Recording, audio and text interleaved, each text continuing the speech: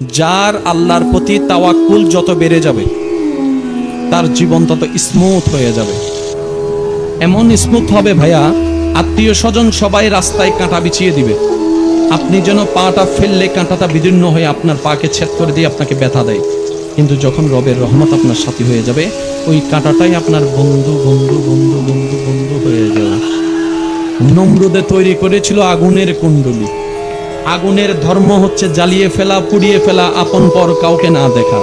কিন্তু যখন ওই আগুনের কুণ্ডলিতে ইব্রাহিম নবী আল্লাহর উপর তাওয়াক্কুল করে কবর আপনার যখন আগুনে চলে গেল, আগুনটাও রবের হুকুমে কুলনা ইয়া নারু কুনি বারদাও ওয়া সালামান আলা ইব্রাহিম বলে ওই আগুনটা ওনার বন্ধু হয়ে গেল। সুবহানাল্লাহ। আগুন তুমি আজকে আমাকে জ্বালাবা না, এই আগুনে বলে আমার কামেই তো জ্বালানো, রব তো আমাকে বানিয়েছে জ্বালানোর জন্য, পুড়ে ছারখার করার জন্য, কিন্তু আজকে আমি আপনাকে জ্বালাবো